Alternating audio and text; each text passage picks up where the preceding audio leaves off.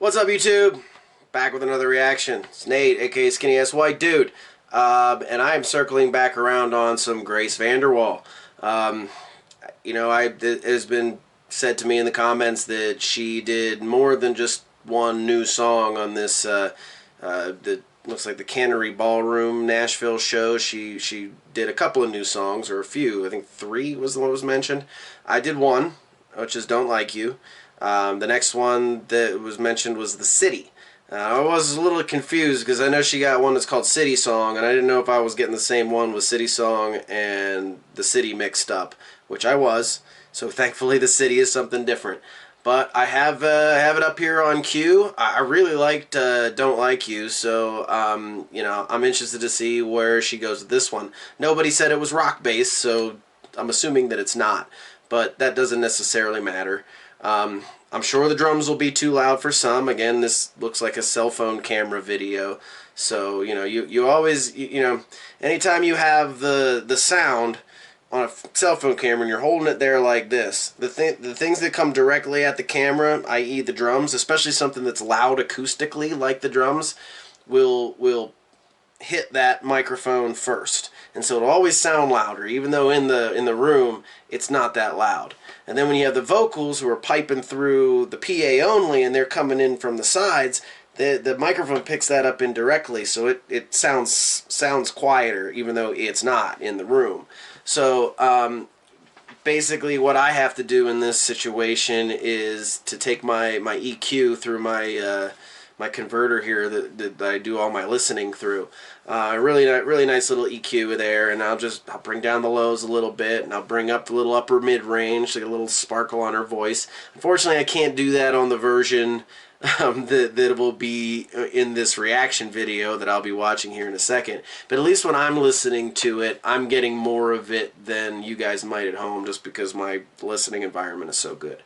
And it's really nice to be able to tailor the EQs to pick up what you want that the normal video doesn't have. So do not worry on my end. I apologize if you guys can't hear as well as I can, but be rest assured that I'm getting this as well as I possibly can, considering the source. So yeah, so here we go. Grace VanderWaal with "The City."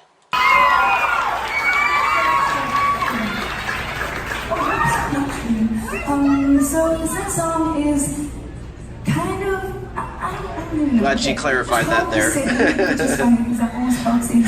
have been easier just to watch this and say, oh, there's the clarity, but I had to look it up.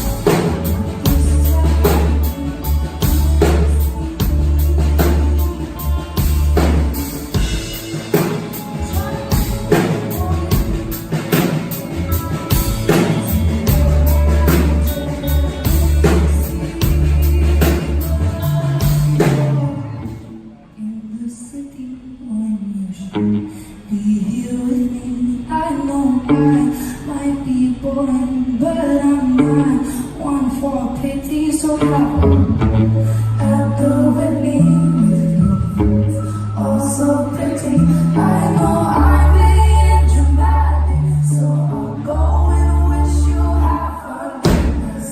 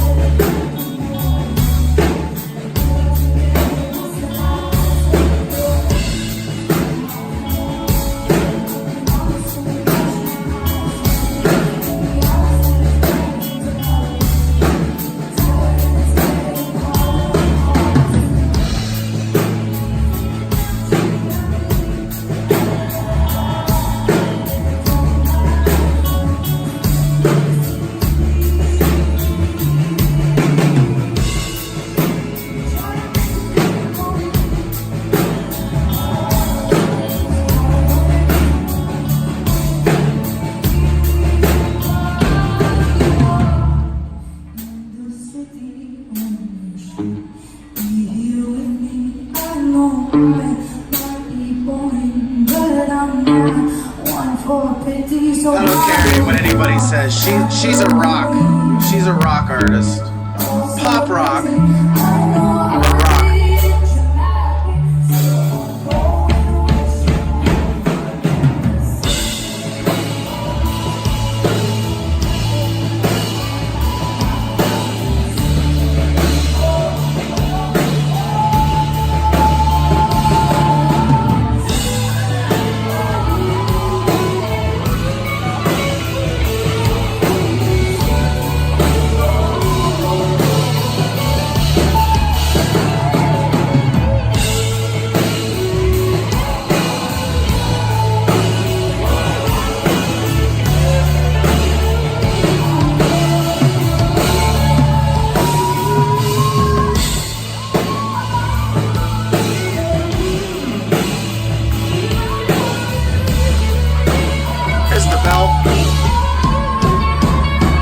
She ain't done yet. She done?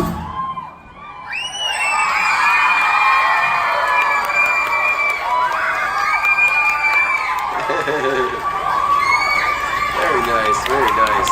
Yeah, man, she's a rock artist. I don't care what anybody says. Like, that's cool. Like, to me, that it has like a combination. This song in particular has like a combination of like Chill Zeppelin, like Since I've Been Loving You or something like that, plus Grace Potter, if anybody Grace Potter. But she, Grace is more on the pop side of rock, which is allowed. You're allowed to be a pop rock artist. But, I mean, this just suits her so well. And I hope this is the direction it continues to go in, because that was great.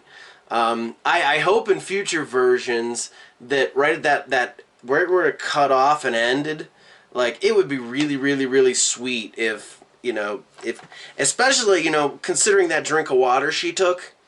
The nice thing about live shows, even though Grace would be the draw there, and she's the reason for that, having to try to take drinks and entertain the crowd in between songs is not easy. Trying to take drinks during songs to keep yourself well hydrated is not easy. What is easy is giving the band an extra minute and a half or so. Let Melissa just turn on some delay, a little bit of overdrive, and just wail out on a solo and bring that thing into a nice big classic rock crescendo. And then that way Grace can slip off stage, she can take a drink, she can kind of gather herself, and then just, after that minute and a half is over, she can come back out and get into her next song. There's a lot of bands, a lot of artists that do that kind of thing, and I mean, I think it's a valuable tool.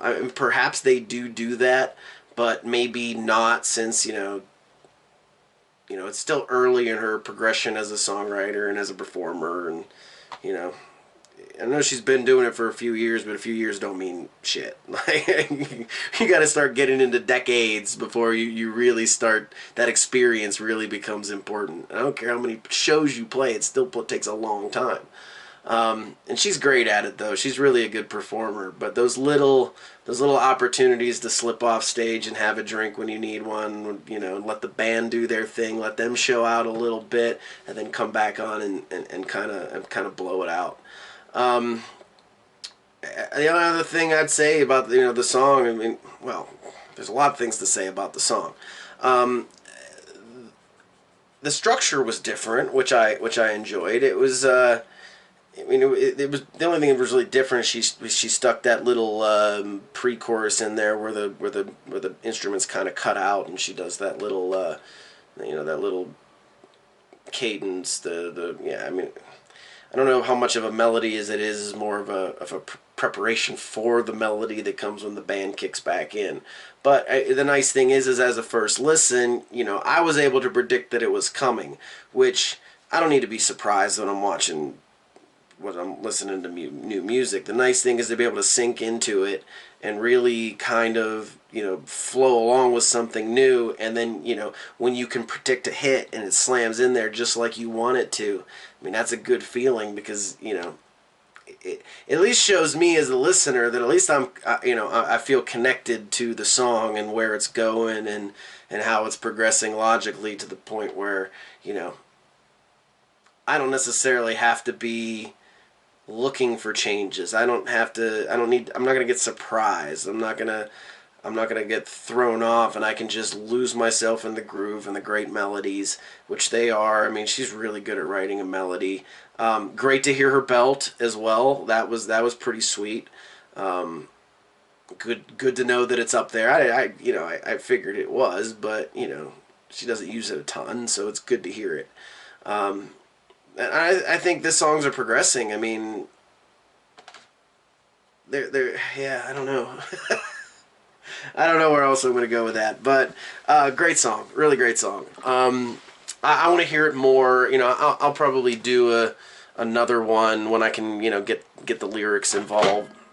If I can get the lyrics involved and kind of get more of the melody, because even though I was able to enhance it quite a bit, there were a little bit of nuances when she gets quiet that I no matter how much I crank the highs, I'm not going to hear it. So, it's just as far as the initial vibe goes, like, this would be a great live song. Clearly she's into it, the crowd is into it, and that's what's important. So, great job, Grace VanderWaal. I'm interested. I want to hear more and more as these sort of performances pop up and we start to see more of these videos, hopefully better ones. I'll be able to delve into the song a little bit more than what I did here, and especially since it has a little bit of variance to the structure compared to the last few I've listened to. So yeah, more great work. So thank you guys again. As always, VanderWaals, you guys are great. So informative. So anything I'm missing, just, goes without saying, fill me in. You have free reign. Whatever you want to add in the comments, please do. And then if you haven't yet, please hit like, turn on your notifications, and yeah, so more Grace coming. I'm hoping, hopefully hear some new songs, and yeah, we'll go from there. And I think there's one more that I haven't done in this new batch of 3, I think it was. So let me know as well what the name of that song was, and I'll do a reaction to that one too, as well as the other ones that I'm long overdue for. So yeah, thank you guys again, and yeah, have a great night, and we'll see you soon.